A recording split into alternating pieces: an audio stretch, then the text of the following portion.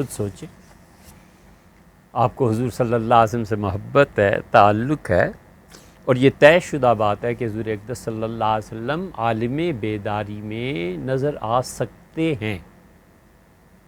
حضرت رسالت مآب صلی اللہ علیہ وسلم عالم بیداری میں نظر آ سکتے ہیں۔ کس جگہ پہ؟ وہ مسجد ہے، آپ کا گھر ہے، کوئی بازار ہے، کوئی ایسی جگہ ہے جو خدا کے رحمت کے آثار میں سے ہے۔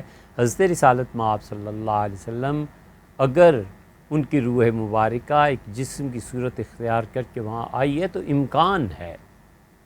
اس سے اگلا سٹیپ کہ یہ ہوا ہے یا نہیں ہوا، اس میں اختلاف ہو سکتا ہے۔ ایک آدمی کہتا ہے کہ میں نے یہاں حضور اقدس صلی اللہ علیہ وسلم کو دیکھا، بھی دیکھا ہوگا آپ نے۔ ایک آدمی کہتا ہے تم دیکھ ہی نہیں سکتے، تو دیکھ تو سکتا ہے، لیکن ایکچولی اس نے دیکھا ہے یا جھوٹ بولا ہے، اب یہ جانے اور اللہ جانے۔ قاضی ایاز رحمۃ اللہ علیہ نے شفا میں اس پہ بحث کی ہے کہ حضور اقدس صلی اللہ علیہ وسلم اس عالم بیداری میں نظر آ سکتے ہیں یا نہیں۔ مولانا بدر عالم صاحب کا ہم نے حوالہ پیش کیا تھا آپ کے سامنے۔ ہم اہل السنہ کا مسلک یہ ہے کہ حضور اقدس صلی اللہ علیہ وسلم اس عالم بیداری میں دکھائی دے سکتے ہیں۔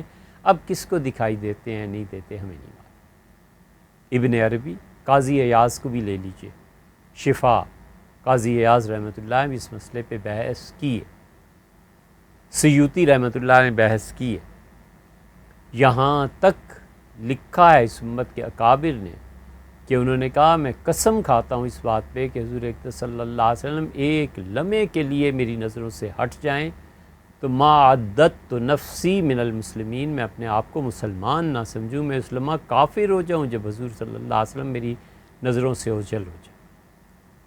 یہ بڑوں نے لکھا ہے، ہمیں کیا ضرورت پیش آ گئی ہے ان کو جھوٹا کہنے کی، غلط کہنے کی۔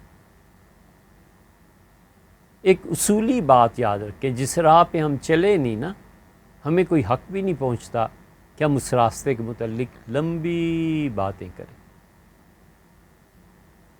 ہم آسٹریلیا نہیں گئے تو مجھے حق بھی نہیں پہنچتا کہ میں کینگرو کے متعلق بیان کرتا پھروں کہ یہ ہوتا ہے وہ ہوتا ہے۔ جو پڑھا ہے یار، 2 4 10 20 جملے پڑھ لیے ہیں وہی کہہ سکتا ہوں۔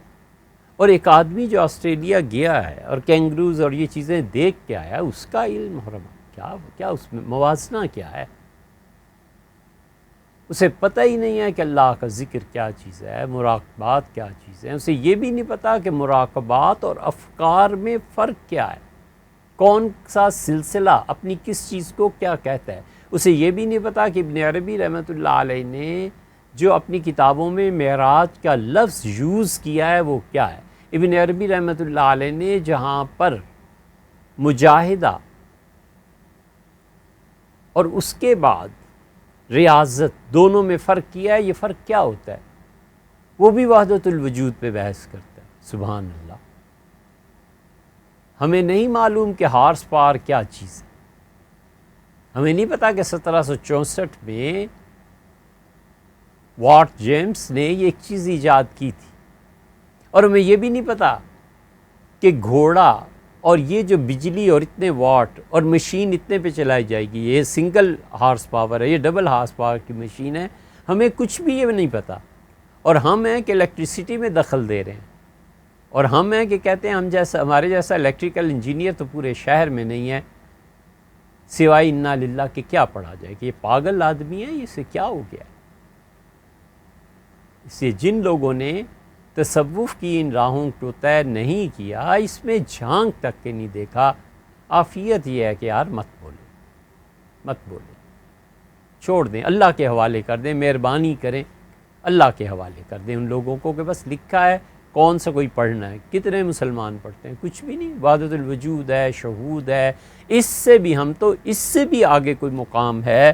حضرت مجدد الفسانی سرہندی رحمۃ اللہ علیہ کے مکتوبات شریف کو ہم نے اپنے شیخ حضرت خان محمد صاحب رحمۃ اللہ علیہ سے، جو سلسلہ نقشبندیہ کے اپنے دور کے بہت بڑے امام تھے، حضرت رحمۃ اللہ علیہ سے پڑھا ہے، اور کئی جگہ حضرت رحمۃ اللہ علیہ تشریح کر کے بتایا کہ یہ ہے مقام محمدی یہ ہوتا ہے۔ اب سر سید لکھتے ہیں، وہ کہتے ہیں میں خدا کی قسم کھا کے کہتا ہوں کہ مجھے حضور اقدس صلی اللہ علیہ وسلم کے مقامات میں سے ایک مقام، ایک حصہ ملا ہے۔ انہیں کیوں نہیں کہتے کہ جھوٹ بولتا تھا سر سید؟ ابن عربی اور مولانا روم مثنوی والے اور عطار اور قاضی ایاز شفا والے اور شیخ عبدالقادر جیلانی اور حضرت معین الدین چشتی اور پھر ان کے مایہ ناز، ان کے پوتے حضرت فرید الدین مسعود، جن کی ساری چیزیں، بہت سی چیزیں چھپی ہوئی اور پڑھنے کو ملتی ہیں رحمہم اللہ، بس یہ رہ گئے ہیں تمہاری تنقید کے لیے، اور کوئی نہیں رہ گیا۔ آپ کو پتہ ہی نہیں یار، آپ جانتے ہی نہیں ہیں، آپ پڑھیں بہتر ہے۔ تو اس لیے بھیا یہ جو چیزیں ہیں نا، جن شخصیت کے متعلق بھی آپ نے پوچھا، جو اہل السنہ سے ہٹا ہے ہم اسے گمراہ سمجھتے ہیں۔ ظاہر ہے وہ ہمیں بھی گمراہ کہتے ہیں، وہ ہمیں بھی کافر کہتے ہیں۔ ہمارے متعلق ان کا نظریہ یہ ہے کہ ہم مر گئے تو خدا بخشے گا ہی نہیں، جہنم میں۔ ہم ان کے متعلق بھی یہی سمجھتے ہیں کہ ان میں سے جو کفر تک پہنچا ہے اللہ تعالیٰ کا معاملہ اس کے ساتھ سخت ہوگا، اور جو عقیدے کی بدعت تک پہنچا ہے اللہ چاہے تو معاف فرما دے اور اللہ چاہے تو عذاب دے دے۔ اللہ تعالیٰ ان سب کو معاف کرے، ان سب سے اللہ درگزر فرمائے، ہم سے بھی ان سے بھی۔ لیکن ظاہر ہے کہ ہمیں گمراہ کہیں گے، ان کا حق بنتا ہے یار، اس لیے کہ ہمارا ان کا عقیدے کا اختلاف ہے۔ میں کسی صورت یہ نہیں ماننے کو تیار کہ مرزا غلام احمد قادیانی معمور من اللہ تھے۔ میں کسی صورت یہ ماننے کو تیار نہیں ہوں کہ وہ مہدی تھے جس مہدی کی اطلاع نبی کریم صلی اللہ علیہ وسلم نے دی ہے۔ اب ایک شخص اٹھ کے کہتا ہے کہ وہ معمور من اللہ ہے، مہدی ہے، اور جس مسیح نے آنا تھا یہی مرزا غلام احمد قادیانی مسیح ہے۔ اب یہ اتنا بڑا بودھ ہے میرے اور اس کے نظریات میں کہ میں اسے گمراہ کہتا ہوں، وہ مجھے گمراہ کہتا ہے، ہونا بھی چاہیے۔ اللہ کہتا ہے وَمَن یکفر بالطاغوت، آپ سوچیں اس آیت، وَمَن یکفر بالطاغوت، اور جو کوئی شیطان کا انکار کرے، وَیُؤْمِن بِاللَّہ، اور اللہ پر ایمان لائے، فَقَدِ اسْتَمْسَكَ عُرْوَةَ الْوُثْقَىٰ، اس نے بڑی مضبوط رسی کو تھام لیا اللہ تک پہنچنے کے لیے۔ پہلے شیطان کا انکار، پھر رحمان کا اقرار۔ لا الہ، کوئی خدا نہیں ہے، سب خداؤں کی نفی، الا اللہ، اور اللہ کا اثبات۔ تو بالکل مائنس اور پلس ڈگری پہ بات آ گئی نا، تو ہمیں گمراہ کہتے ہیں، انہیں کہنا ہی چاہیے، کوئی حرج نہیں ہے، برا بھی نہیں ہم مانتے، ہم کہتے ہیں تم ٹھیک کہتے ہو۔ لیکن یہ نہیں ہے کہ ہمیں کوئی شک اور شبہ ہو کہ ایسے لوگ گمراہ نہیں۔ جو اہل سنہ کے عقیدے سے ہٹ جائے گا وہ جتنا ہٹے گا اتنا ہی گمراہ ہے۔